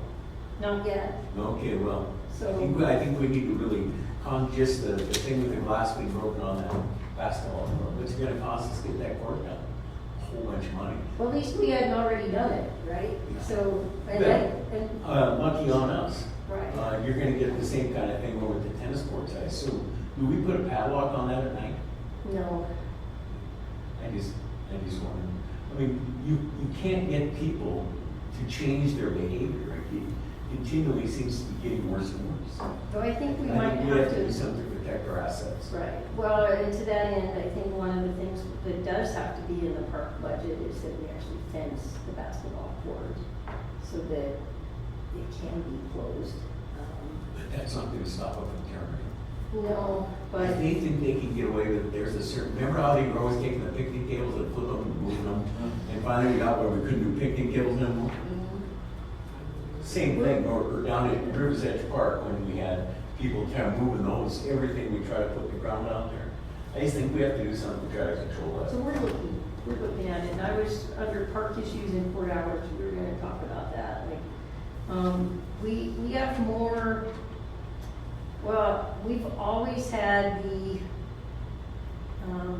you know, using the garbage can for a toilet, we've always had the pulling all the toilet paper out, or plugging up the toilet, or, I mean, we've always had those kinds of issues. You know, what would you consider it? Kind of just the little minor vandalism. Mischief, yeah, where, and Orion Park is difficult, there was broken glass there last week again. And it's hard, right? It's like, okay, community, say something, do something, these are your amenities. And like I said, like, okay, here's the park budget, but if we can only buy cameras, and we can't. But it is frustrating that people, like the glass and the soda that sat overnight on that court, just warm enough. I mean, it did damage. And the only saving grace is that Triton hasn't been here yet to put on $5,800 of resurfacing, right? Except now we're carrying it into the next budget. But you're right, it is frustrating, and what do we do? And we're getting more and more assets. We're improving our assets we have in those parks. And I think we need to protect them. Right. And you can't ask the parents of someone over in the area around Orion to take care of their children and not allow them to go over there and write on things and that sort of thing. You can't ask them that because they won't do it. Besides that, my kid won't do it. So That's all I had. City manager report? So to that, I'll just continue, park issues and court hours. We had not really discussed, like, okay, pickleball courts, tennis courts, you know, we always say, hey, the park's open, basketball court for that matter, park's open 6A to 10B. The sign that's going up at pickleball will say that the court's open from 8A to 10B, and to be respectful of your residential neighbors. You do hear it, right? So, and there's daylight. I know some of the other cities did 8 to 8. But we have daylight there. And I know that I left that court at 9 o'clock. Not last night, but the Sunday before. Because it was not that hot, right? Like it was, so do we limit that? I mean, there is only so many playing days anyway, right? Is there an active complaint from that No. neighborhood? No, but I think that the morning stuff, we've gotten more complaints about tennis. The noise from tennis, but now that I think a little bit, I agree with Councilman Fisher, who has lived adjacent to both tennis and pickleball. Pickleball's noisier, and it hurts when you get hit with that ball. Is it the act of playing, or is it the outside stuff that comes with it? No, it's the paddle. Like if we, there's a The way the ball hits the paddle. there's a resounding thwack. Yeah. There's that noise every time you hit the ball, the wiffle ball. The basketball. But I just wanted to think about that, or is it, the traffic and the people, I think, it's Well, but not I a think, sport. so but if you're Kind of doing, life. so I think it's reasonable, right, with daylight to say 8A to 10 p on boards. like the whacking the ball, like I get it. So, and we will continue, you know, as we're working on the budget and, you know, seeing how effective we are. You know, they tore the water fountain off of the Claire Park well building again. Like we had to, like, how do you, really? Like you want to drink water on the trail and, you know, it's one of the dual, like your dog can drink out of it and you can drink, like. So, hey, there's a game cam there now. But it's, and we do try to move things around and we work, police are always out. Like I said, they're out patrolling, they go by the parks deliberately, and keep an eye out for things. And some of it will take talking to the residential neighbors. And that was true when I was talking to all the cities about the skate parks. And you're like, well, you know, they're successful in those residential neighborhoods where people see them and they'll say something. And I don't know, we tried the police tip line and I think Clint got 2 tips in a year. Missoula was using their tip line for, what do they call it? Fireworks snitch. But, you know, see something, okay, the police Facebook is very popular. We'll put more stuff on our website, right, to say, if you see something in a park, and maybe you don't want to confront the hooligans yourself, call somebody, you know, call police, people don't hesitate to call my cell phone. You know, let me know that there's something going on. And we do want to stop it, or if you know someone, and I will say, Councilman, I've got to get used to Councilman King, you know, did call one time, say, hey, I'm here at the park with the kids and this is what I saw. And that was very helpful because as she was arriving and a group of kids were leaving, one of the swings had been cut. You know how hard it is to cut one of those swings? But it is good that when they know, and Chief Peters was actively involved in stopping some of the stuff at Orion, the threats. Like, dealt with those hooligans directly himself. And thankfully, right, we might not know everybody and go knock on their door, but, you know, it's a small community, and so when we're at a park or we're using it ourselves, you know, just to call it in. We had numerous calls last week about the air horn when fishermen were going by the private property adjacent to Great Riverside Park. The police department worked with Fish, Wildlife, and Parks. Didn't locate an air horn, but the stream access law does prohibit harassing fishermen on the river. But we didn't get any more calls. So hopefully that stopped. It has stopped. It has stopped? I think maybe even being in the police blotter, the Rivers News suddenly maybe, and it was pretty specific about where it was happening. Maybe that helped a little. So swim lessons, our staff will be finished training and swim lessons will start July 10th. We are hoping to still pull off 3 sessions, 2 weeks. We do 2 weeks, just the way the calendar fell. And hopefully we can get more people trained this winter. So Councilman King joined me for the municipal summit over in Whitefish. The league put out this, I put it in the packet. And I'm just going to touch on, I'm sure you guys can read all this, I'm just going to touch on some legislation that impacts us the most. You can see there were a lot of bills impacting the cities. That final bill was signed by the governor, it's on the very end of the list, that was signed by the governor on the 21st. So House Bill 76 changed our gas tax allocations, combined our special gas tax that we used to get in one lump sum with our regular gas tax, and they're anticipating for House Bill 76 that we'll get about $230,000, that matches up with earlier numbers, throughout the year, but it's going to come to us monthly, and it's going to be based on the collections from the prior year.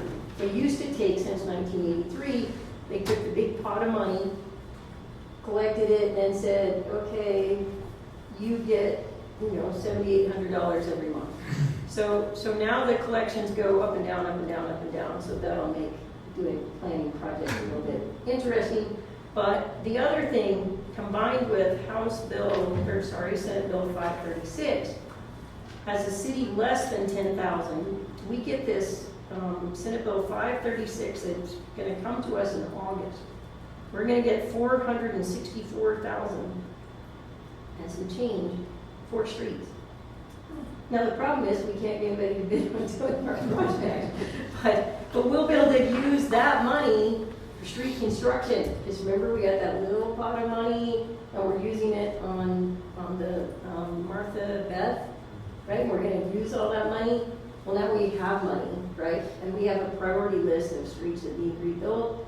And it would probably be difficult to pass another $1.1 million build new street levy now, right? But So Susan, do we have to use that within the fiscal year? Or? no, no, and it comes to us. So the only issue, and I asked at our meeting, our regular gas tax money, we can only use 25% for capital. Actually, for machinery and equipment. But special gas tax we could use on construction projects. And now that it's commingled into one pot, what are the rules? And Kelly and Thomas actually said that's a good question. We'll get back to that. House Bill 128 revised the way the marijuana tax was distributed to the local governments. The old law had it divvied up the city proportion to the total county population, city population, county. Well, guess what? That never came to 45%, right? Because of the allocation. So now it's city against city. We just got notice from the county that for the months of March and April, the county will be giving us, with our June collections that come in July, about $3,800. And leave it Department of Revenue, it has the oddest, the quarters don't follow our quarters or the fiscal year end, but that's any indication we'll get about $1,900 per month in this really weird odd, because the quarter ended in April with distribution in June. The treasurer's office sent the schedule, is odd, but so we'll get that county local option tax from the marijuana sales. And what was the amount that you said we're probably going to be getting a month? Well, we got $3,800 for the months of April and May. For 2 months? For 2 months, we got $3,800. Okay, and you're going to kind of use that in your budgeting? Yes. Okay. Yes, and we'll plug that in. But House Bill 128 fixed it, and so they automatically, even though it said effective date October 1st, they fixed that distribution. Lots of planning bills. The ones that went into effect immediately, like you must do this, we will be doing a whole slew of text amendments, but in the meantime, we would just comply with state law, right? If there was a brand new law on the books, we can't say, hey, but our code says this, right? We have to comply with it. But we will be looking, so there's a committee of attorneys and planners and administrators working on the implementation of the big planning bill. It sounds really good. And just looking at some other, like how do we roll this out? Because our growth policy had been adopted within 5 years, we have 5 years to come into compliance with Senate Bill 3. But they're helping it. I think Eric had mentioned during the discussion on growth that, looking at the week to do a roadmap, right? Kind of in Dan Clark language, here's the recipe, right? So they'll be working on that, and Columbia Falls is actively working on that. So there were some good things, like with for the clerks, Senate Bill 374 meant that now we don't have to, those record retention schedules where they have to come to the government and they were considered historic records if they were 10 years or older. Now they've said historic records are 50 years or older and they can be administratively approved here. Like you know, you get rid of your claims, like that whole pile of paperwork, right? You can destroy claims 7 years after audit. But we used that, they go to, on this schedule to, and they have a very detailed schedule of Susan's budget notes, that's 5 years after the adoption of the budget, right? They can toss those. Anyway, so they did clear that up. We can use there was a strange thing about giving notice of your council hearing.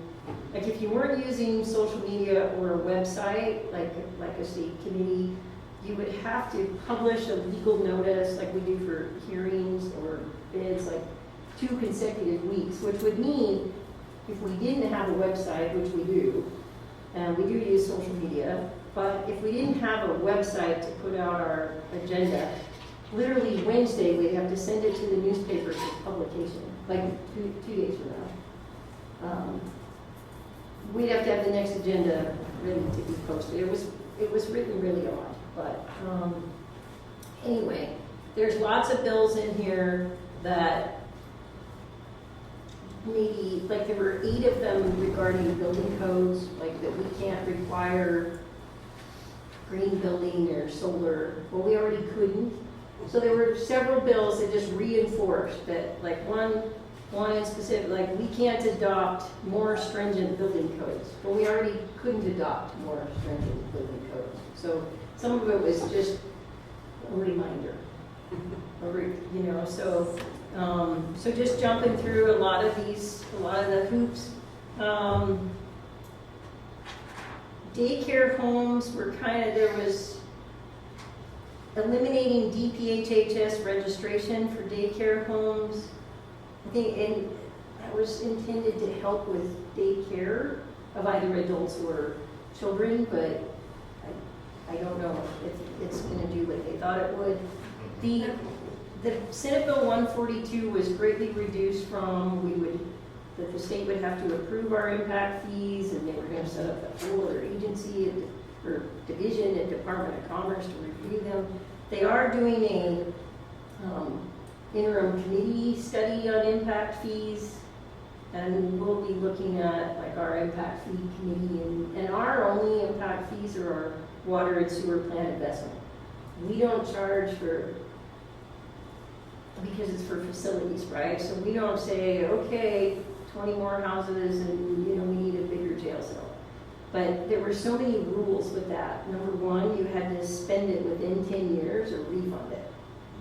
So, but depending on building, like we don't have enough building to build a new fire or police station, right? That you're going to use impact fees to build. But so that there was a little pushback on that. Like it's good to study impact fees. So there was like Senate Bill 358, disclosure of taxpayer funds for lobbying for local governments and schools. We, through legislation, like that would have meant that like the league, because a portion of the dues that the city pays obviously helps our voice. But the league got exempted from that. Some cities hire their own lobbyists. So, we don't do that. But so there's a lot. So there, and when you go through it, House Bill 830, for example, will now allow taxpayers to pay on a 7-month payment plan. But mathematically, I was trying to figure out how that actually helps them. Like if you do escrow and they take 1/12 now, and you save your money, it will, depending on how many taxpayers make the payment from November to May, pay, get that say $3,500 bill and pay it $500 a month instead of half in November and half in May. And then the fact that 56 counties aren't set up to handle that, whereas if you haven't made your November payment on time, then it starts accruing interest. Is that like, I see it as a county nightmare for county treasurer's offices, and the revamping of tax software to accommodate 7 payments. Yeah. I mean, anyway, I know, I think they thought it was helping, but anyway, there's lots, and I won't go through it because it is the 3rd of July, but there's a lot of bills. The other part of that conference was Dan Clark. So as hard as this is to believe, about in February, March of 2024, the council will call for the question on the local government study as required by our state constitution. And, they start talking about what would you want or need. There was some, I thought, excellent clarification, because you might remember last time it narrowly passed that our voters wanted local government review, and then nobody ran to be on the commission. Dan Clark clarified, because what the county made us do is run a blank ballot. It was all write-in, and literally, like, you had 25 people with one vote, like you were twisting our, like, begging people, and they go, no, I don't want to do that. What the interesting thing was, the Secretary of State, it happened in a couple other cities across the state. They had their council cancel the election, and then the council appointed. And so Dan Clark is meeting, local government center starts now with the discussions about what you need to do and how you do it, but he was going to talk to the Secretary of State's office and the election officials, because he said, well, that's so bizarre that they would tell your county that you had to do this. Because, and it came up, because the question was, oh, so council, your only authority is to be able to say, we want a minimum of 3 members, right? Like, how many members do you want, and how much is it going to cost? That's what you have to put in the resolution, but you might remember Councilman Peterson was like, why would we call for an election if there's nothing pressing? Well, because it's required by the Constitution. But as you look at that, so somebody said, well, we set ours at 5 and only 3 people ran. And Dan's answer to that was, well, then the council appoints the other 2. So I asked, what happens when you don't have anybody run? And he goes, well, the council will appoint. And I'm like, that's not what happened to us. We still had to, and we were twisting arms. Like, hey, you got 1 vote. Do you want to be on here? There was, I think, the chairman had 3 votes, right? So I was on that committee last time. It was myself and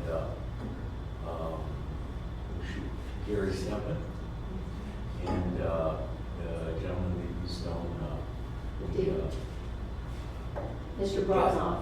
Yeah. And we went to Helena for training. For training, Yeah. So it's good to know kind of in advance, and also like what the real costs are from pulling the local government study. So it doesn't seem like it's been 10 years since we did it the last time. But they do talk about, like self-governing powers, and Kelly and I talked about it briefly, and that would be something like with council. Is there anything, like, we don't hear anything from the community now, but is there anything that you want to do that you can't do because you don't have self-governing powers? that was our question. Right. And Haver recently, they approached it because they have a lot of vacant and dilapidated buildings, which we don't. But they couldn't address it the same way, and they're like, well, how come Butte can do X? And they're like, it's not self-governing power. I did mention to Kelly that several of these bills limit self-governing powers. Like, I think there were 4 this session that said, you shall not, you cannot, you may not, and you don't have authority to do that. So, every session now they've added to the Whitefish has self-governing powers. Right. Kalispell does not. So anyway, you guys, that's on your horizon. And but I think it was a good meeting. They kind of moved it right along, some good topics, and we had the speaker from the Building Code Bureau and had him before. So it was I have good. one question for you. doing so well over here on the new Glacier Elementary. Mhm. I mean, getting it done, it's looking nice with all this and everything. How are we doing on acquiring the right of way to go across Ruiz's property next to the church with our asphalt walk? You know, with their, so the school made with that adjustment, and then he just acquired it, so we have not started the easement process. Like, they need an easement for sewer as well, but we haven't started it. We've had that discussion. Our goal would be to put a path here, and maybe to work with that developer to put that path in. And so, but we haven't, it's not surveyed or drafted. But we're still working towards getting that, because it's gonna be a great deal to tie the school back over to Fourth Avenue. Right. Because otherwise, you can't, like. You can't, it's It's a not, driving only. it's not a shortcut. Yeah, we don't have a city attorney? No, they were Sir, stopped. nothing from that end? No, sir. I did have a question, where's that white Charger that we bought? Garage. I haven't seen it. No, there's been a long delay on our new camera systems that are going in there, so that they should be shipped. But we can't do anything until the camera system comes in, because it's a major component in tying all the other electronics in. So not only is that sitting there, but our brand new police truck is sitting at RDS as well, just waiting. So, Those are designed, Dodge designs those to be emergency vehicles, right? yeah, it's just They're not plugged ready. the vendor, Yeah. the vendor drug their feet longer than I would hope. It's been about an 8-month process from we send the cameras to, we still don't have cameras. I keep driving by looking for that white truck, I want to see what it looks It's like. parked in the garage right now. Oh. Okay, any further business we brought before the council? I move that we adjourn. You have a second? Mrs. King, second. All in favor?